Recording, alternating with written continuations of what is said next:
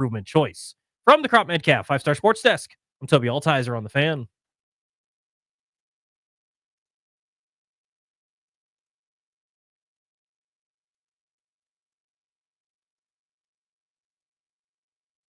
He told, oh boy, there's a big hole. Wow. And there's the touchdown that Croskey-Merritt has been wanting. He gets a touchdown run from 36 yards out against his former squad. We'll be joined in just a moment by Jacory Croskey-Merritt, the newest member of the Commanders, who they drafted in the 7th round out of Arizona. Welcome back, Grant and Danny on the Fan. We're at Capital One Arena today. We'll be here when you get into the building if you're coming to Caps Canadiens Game 5, a possible home clincher for the first time for the Caps in 10 years here at Cap One Arena.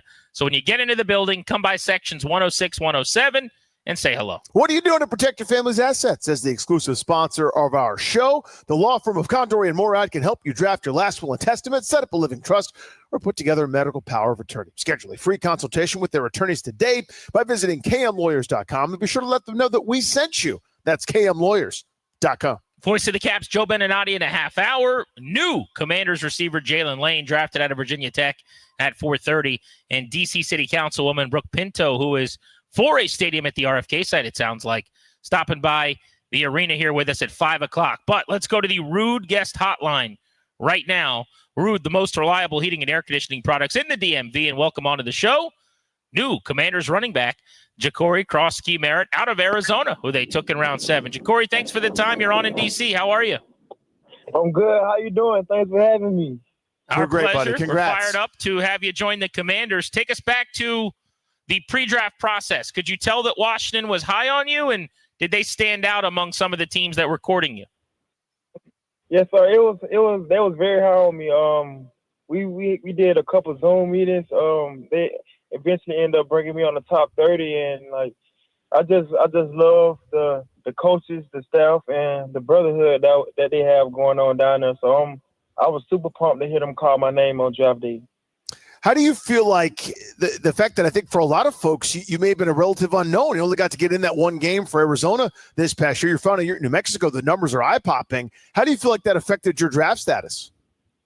I think it affected it, but I mean, it's all God. I'm super excited to just build Washington. I'm ready to get to work. So, Jacory Croskey-Merritt, running back, New Mexico and Arizona, who is the newest member of the team after being drafted in the 7th round. So tell us about your running style and just when you've got the ball in your hands, what kind of player you are.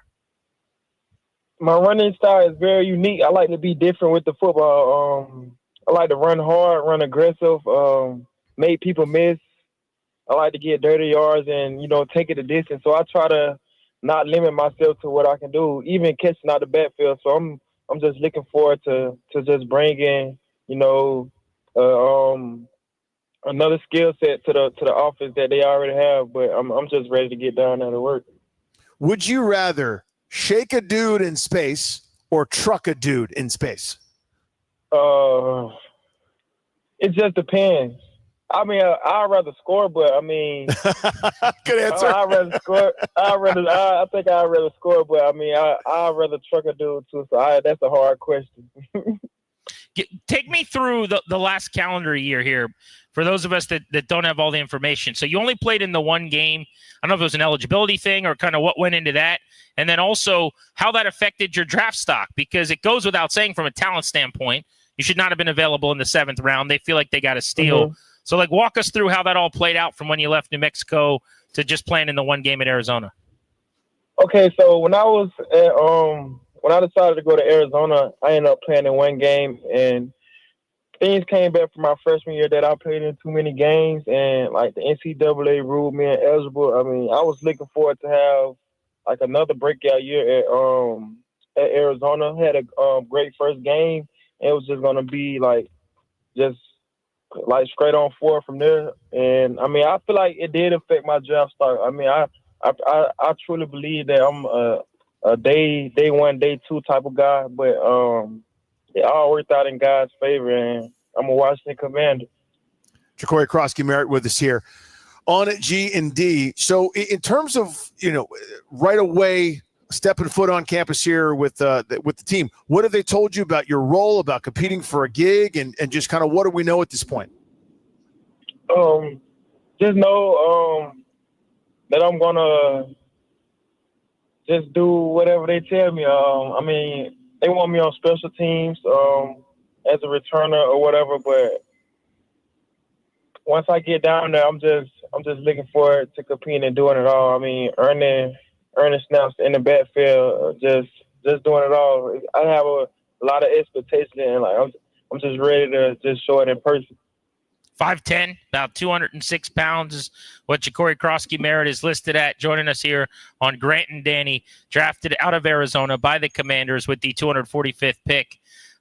Who are your favorite running backs to study? And is there anyone that you would say maybe from a style or a size standpoint that you resemble a little bit when you play?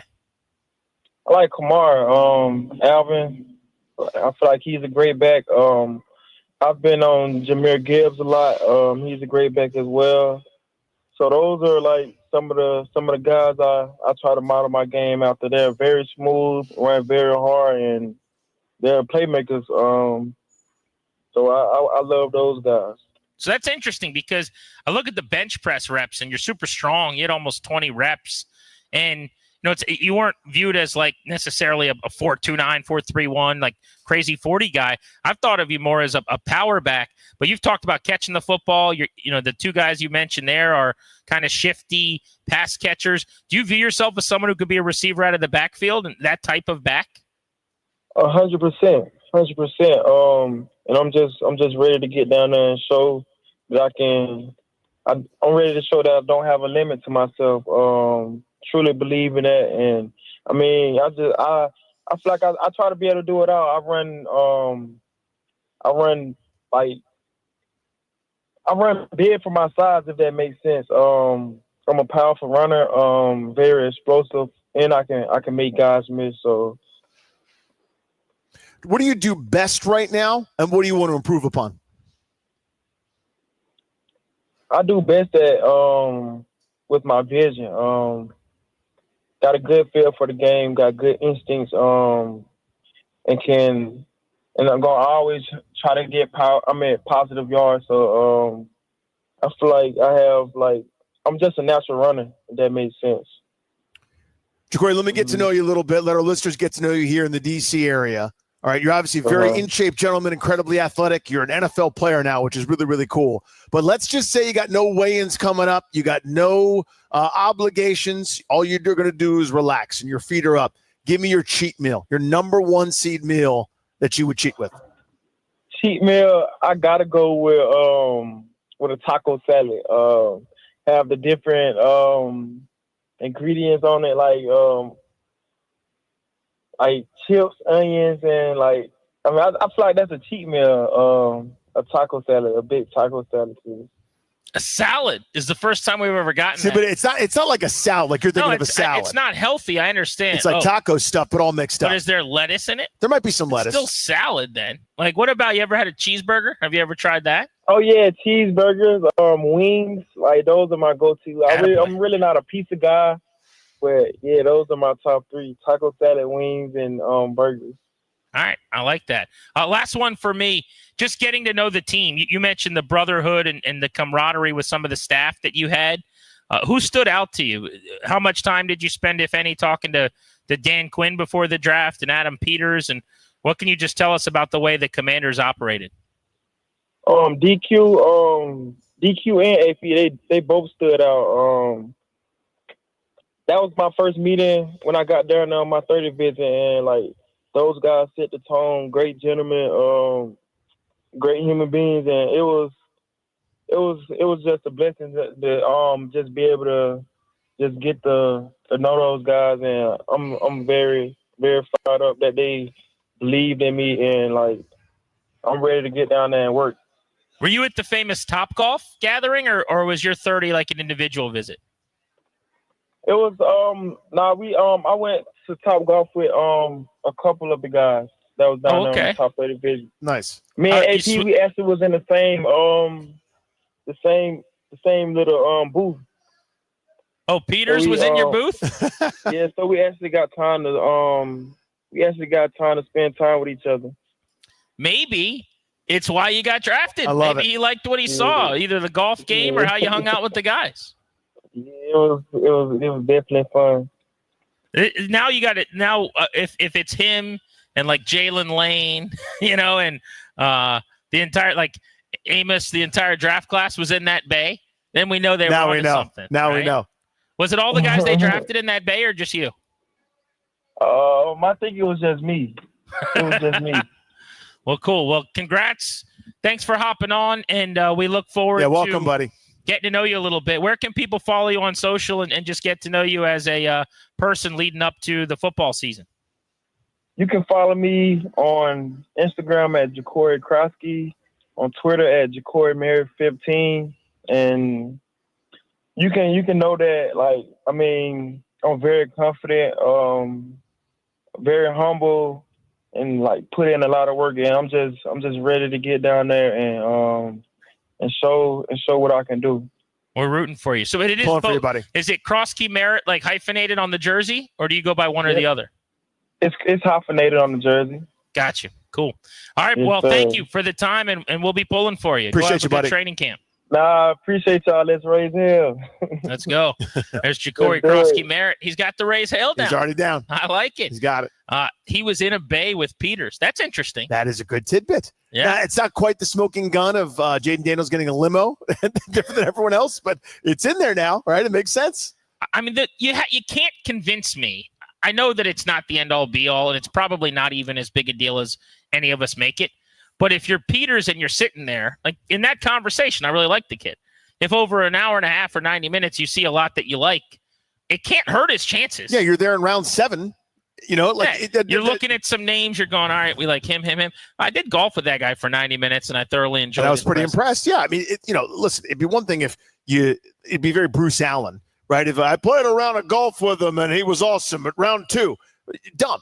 But at that point where the value was unbelievable, this is a 7th round flyer, and he had I did a little bit of reading on it. It was a bit confusing, but it was a redshirt eligibility NCAA kerfuffle, which I'm guessing from his time at Alabama State, because he was at Alabama State for the first 3 years, which is not even D1 to my knowledge. But it would have to be from that before his transfer to New Mexico. There was some kind of issue, and I couldn't quite figure out what it was. He said it was he played too many games as a freshman. Or somewhere at some point, right? So they're going, is he really eligible or not? So then they said he wasn't. He only got to play in 1 game for Arizona, so there's not a ton of tape. But, you look at some of the attributes, you look at some of the things. He ran a 4.45 in the 40 at his pro day, which is pretty damn good when it comes to it. And, looking from the year before, there was a lot to like from his 1,200 yard, 17 touchdown season at New Mexico. So, yeah, again, a 7th round flyer, as you said. If Ty goes to the guy that golfed with Adam Peters, fine by me. We got Joe B coming up in about 10 minutes here on Grant and Danny. We'll get to the Capitals and the Canadiens game 5 tonight. We just talked to the newest running back for the Commanders. I wanted to spend a minute on the running back room because everybody's making a lot out of them not taking an edge. And yesterday, after you went to your event at GW, where you were emceeing last night, their athletics honors, how'd that go, by the way? It was great, man. Yeah. It just blown away by how incredible some of these kids are, where it's like, let's all have all the D1 athletes who have a 3.9 and above stand up, and 50 kids stand up. And you're that's awesome. Incredible. It's just a really nice, refreshing thing to honor the kids. But when you went across town to host that last night, and I was solo the rest of the way, I had standing on, we were breaking down the class. He is adamant that they don't have to sign an edge. And in fact, reading between the lines, I would say he's predicting that they won't based on the ages of the guys available and how much they might help anyway. It just seemed to me like he thinks they may roll into the season with what they've got. And my point is, they can't. They have to sign Preston Smith or Matthew Judon, or Zadarius Smith might be the best option. Someone that can come in here and get him 8 or 9 sacks. But everyone's focusing on edge. Running back's another area where we all kind of assumed, by way of either free agency or very much more likely the draft, they would add speed. They would get somebody with some burst, someone who could hit a home run, someone that was going to come in here and change the pecking order. And it didn't happen. I love Merritt. I hope he cracks the roster in the 53. Probably ticketed for the practice squad if he can really impress just where he got drafted, unless there's an injury or something happens. But it looks right now, Danny, like